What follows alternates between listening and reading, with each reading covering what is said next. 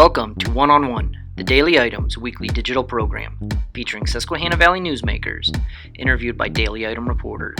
Today's guest is Lewisburg School Board President Kathy Swope, interviewed by Eric Chicatano. The Sunbury Motor Company. Austin Martin, Kia Elite Sales Consultant, Maranatha Christian School. Amber Wren, Certified Hyundai and Lincoln Sales Consultant, Selinsgrove Area High School. Ian Chikuski, Certified Ford Sales Professional, Mount Carmel and Shamokin area. Christopher Stengline, Ford Certified Sales Consultant, Selinsgrove Area High School. Tom Mertz, fourth generation owner, Sunbury Motor Company, Shikellamy High School. A tradition of trust since 1915. Welcome to the Daily Items One-on-One. My name is Eric Chicatano, and our guest today is Kathy Swope. Thank you for joining us. Thank you for having me, Eric. It's a pleasure So, to be here. Mrs. Swope, of course, is the president of the Lewisburg Area School Board. She served on the board for more than 20 years and is also a past president of the Pennsylvania School Board Association. You didn't roll your eyes when I said 20 years, did you? No, I didn't. Okay. And when her term ends later this year, her career on the board will come to a close. You didn't seek re-election. So I'll ask in a moment about how you got involved with the school board and what led you in that direction. But first, let's get to the question. Why did you choose not to run for re-election after serving the last 2 decades on the board? Well, it was a very difficult, heart-wrenching decision, but as I looked at, the past 20-plus years, I decided that it was just time to step aside and let some other folks take the lead, and I felt that it was the right time for me to step out. There's a lot of good folks on the board that I felt that they could, take it to a better place than perhaps I could. And your board has a lot of professionals on it. Yes, it does. It's very diverse. Do you have any plans to stay involved in education locally or on a statewide level? Absolutely. It's too much of a passion not to. But particularly, I've already been asked by the Pennsylvania School Boards Association if I would serve in an adjunct training capacity, so I would have the opportunity to continue to work with school boards across the state. I've done that, a smattering of that, but the opportunity to do it a little more frequently, and it's completely on my own schedule, so with my husband and I wanting to travel now that he has retired, it will work better with my schedule to be able to say, yes, I would love to do something, over the next 2 months. I'll be around, and it's great. I love and I'm passionate about public education, and I think that the work that school boards do is incredibly important. And just to get to know you a little bit, you mentioned that your husband is retiring. What is it that you do for a living? I'm actually a freelance writer. So I specialize, my favorite articles are usually of historical nature, but I write any usually general interest. You travel for that work, correct? I do. So you're going to be taking your husband with you on your work? Yes, he has been coming along, and I'll be doing more of that. So you were a founding member of Lewisburg's PTA, correct? That is correct. And in 1999, I believe you accepted an appointment to fill an unexpired term on the board, right? That is correct. And so what about your experience in the PTA informed your decision to pursue the school board? Well, part of my involvement in the PTA, I actually attended school board meetings on behalf of the PTA to make sure that we had a voice in the district. And sitting in the audience meeting after meeting, I really started to feel like I had information and understanding that would be of value if I were sitting at the table. And that's what really moved me to run. And I was also urged by many, many people to do so. And we joked about some of the banalities of serving, the school board or other municipal boards. But you control, what is the Lewisburg budget this year? This year, I guess we're at, I think it's $36 million. That's a big budget. Yes, it is. So can you give us some examples of some preconceptions you had about the school board and how they were kind of shattered once you got your experience? Well, I think that one of the things that I recall, I did attend for about 5 years before I joined the board, so I had a pretty good understanding of what the board's role was. But you're not in the chair. But you're not in the chair. It does make a big difference.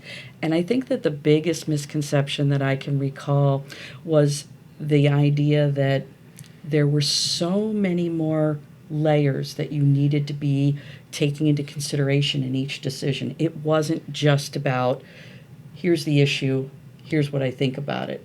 There's all these other factors and ramifications that are impacted. And I think that the other one that comes to mind would be how many regulations that are imposed by state and federal government that constrict what you can do as a school board. I was totally unprepared for that.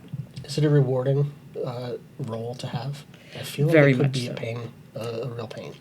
Well, it is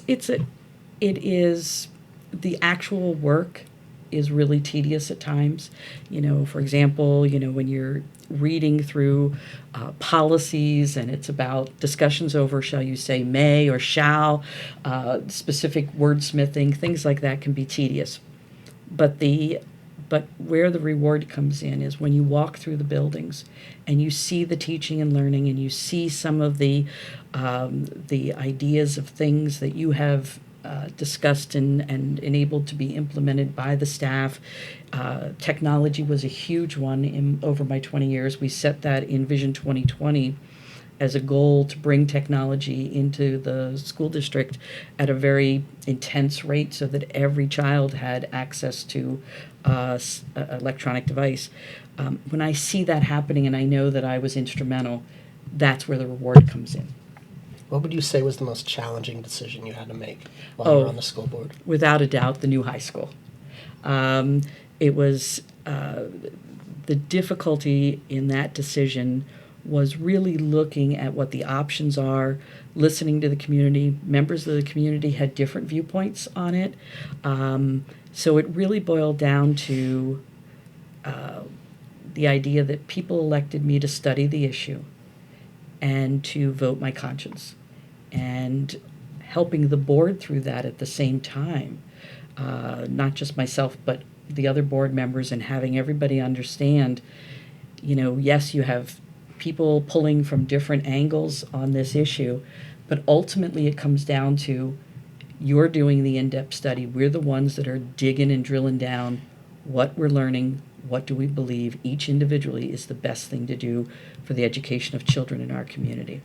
So that was the most difficult decision. I've heard it said before that the hardest game to kill in Pennsylvania is the school mascot. And I think, moving on from a high school too, that has been so much sentimental value to people. People who had gone through there themselves, whose children and grandchildren have gone through. That had to be a really big roadblock to get over, aside from the cost of building now. Yes. In fact, it was one of the more rewarding moments when the state named Lewisburg Area High School, the new high school, as the least expensive high school based on square footage built in the state. I think over at least a 3-year period, I've heard that nothing less expensive has yet to continue, so I believe we continue to hold that record. So I felt good about that because I felt that it let people know that we had done our job in keeping the costs at a minimum. Even the architects commented that we had done something no one had done, which was to come to them and say, this is what we can spend. What can you build for that? They said usually people come and we design something and then they figure out how to afford it. So we had to sort of flip the tables on that concept. But yes, we had to encourage people to let go of something that was near and dear. It was near and dear to my heart as well. All 3 of my children graduated from the old high school. Mary Browse, one of our board members, she and her mother and father, and I believe a couple of generations graduated. And but I think that when people come through our new high school, the comments that the kids make, they are just so excited to be in the building, and the new opportunities that are available that weren't available in the old high school make the difference. And I think Lewisburg can be pretty happy that that building didn't meet a wrecking ball, that it's being reinvested in. So Absolutely. We're going to take a break. We'll be right back with more with Kathy Swope. The Sunbury Motor Company. Austin Martin, Kia Elite Sales Consultant, Maranatha Christian School. Amber Wren, Certified Hyundai and Lincoln Sales Consultant, Selinsgrove Area High School. Ian Chakosky, Certified Ford Sales Professional, Mount Carmel and Shamokin area. Christopher Stengline, Ford Certified Sales Consultant, Selinsgrove Area High School. Tom Mertz, fourth generation owner, Sunbury Motor Company, Shikellamy High School. A tradition of trust since 1915. Welcome back to One on One. We're with Kathy Swope, longtime president of the Lewisburg Area School Board. Thanks again for being with us today. Thank you. We spoke about your time on the board, but of course, not everything is past tense. You still got how many months left? Well, my last meeting will be November. And a lot of work to do between now and then. Oh, yes, I have quite a list that I'm trying to accomplish before I leave. So what do you after you're gone, what do you think the most pressing issue will be for the district in the immediate future? Well, I think that the most pressing issue will be the focus that has been placed and the expectation that has been placed on school districts across the country regarding the mental health of students. That's been a real focus as a result of school safety concerns. We are now in the process, and along with districts across the state, focusing on how to provide and assess mental health issues in students and trauma-related issues. It's a whole That's probably something area. that maybe wasn't really at the forefront when you first took office back in '99, right? No, actually, interestingly, I was appointed to the seat on June the 9th of 1999, just a few weeks after Columbine. Yeah. And it was sort of seen at that time as a fluke, but still everybody was put on worry about, this kind of thing can happen, because before that nothing had ever happened like that in our schools. So no, this is a whole new thing that I've watched change over the last 20 years, is the school safety concerns. So how does that impact operations and budget? It's huge, because each new thing that is placed on the schools to expect us to deal with, it takes funding. And I know that there's a general feeling that schools spend too much money, and that there's, that there's belief that those of us on the school board just see it as a, endless supply of funding from taxpayers. And nothing could be further from the truth. And we're taxpayers ourselves, so we're very cognizant of the fact that, every time we increase taxes, that we are reaching into the pockets of people who have, particularly the senior citizens who have limited incomes, families who may be struggling to meet their bills. They were all whirl in our minds as we make these decisions. But we have to address these issues, and we are held accountable for those issues by the state and the community. So we need to have the funding to bring in district psychologists, mental health professionals in the current situation. And, over time, each new thing that has been added has required additional personnel. Is the burden of that cost largely local money, or is there Absolutely. state and federal revenue available? There is state and federal funds, but it is so minuscule. The amount we get from the state is strictly one limited amount of money that is directed toward professional development, and that's all we can use that for. As far as the state, each school district, and many people don't recognize that every school district receives a different amount of funding, and that's based on an assessment of how much that community can afford to pay for education. So it varies. Lewisburg Area School District is considered a fairly wealthy community, so about 78% of our burden is on the local taxpayer. We only get about 22% from the state. And taxes, the school board has raised taxes in 7 out of the past 8 budgets. We talked about the needs for mental health and financing that, but what else do you attribute this need for raising taxes? Is it as simple as the rising cost of healthcare and retirement? Actually, it is primarily the retirement costs under PSERS.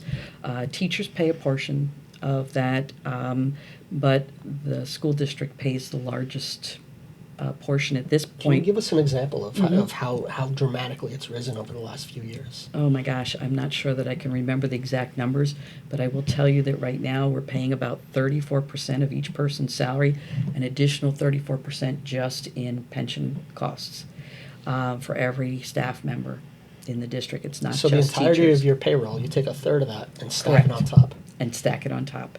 And that has increased every year since they discovered the issue with the pension Right. viability. I do not, at this point, I no longer remember the exact numbers because every year I'm just looking at the next number saying, oh, when is it going to stop? I remember they thought that it would level out when it hit about 32%, and it has continued to climb. And that is something we cope with. The other costs, if that weren't a factor, and some years the health has been really dramatic as well. One year our health insurance increased by 25% in a single year, which is huge, especially when you consider, the number of staff members we have, and they pay something toward their health insurance premium, but the bulk of it is covered by the district. Yeah. You kind of touched on it already, but to what ends do the directors and the administrators go to reduce the potential tax hike? I will tell you that everything, everything. Well, you started this year with, was it 650,000 deficit when you started the budget, and last year it was the number About was north of 800. Right? Yes, it was, and we start out with, okay, here's the projected costs, and we never know. Even as we sit here and speak now, we've passed our budget for next school year, but the state has not yet said, here's what we're going to grant you in funding. So there's a lot of guesswork that goes into what we do, but usually it comes out somewhere close, and but everything there is.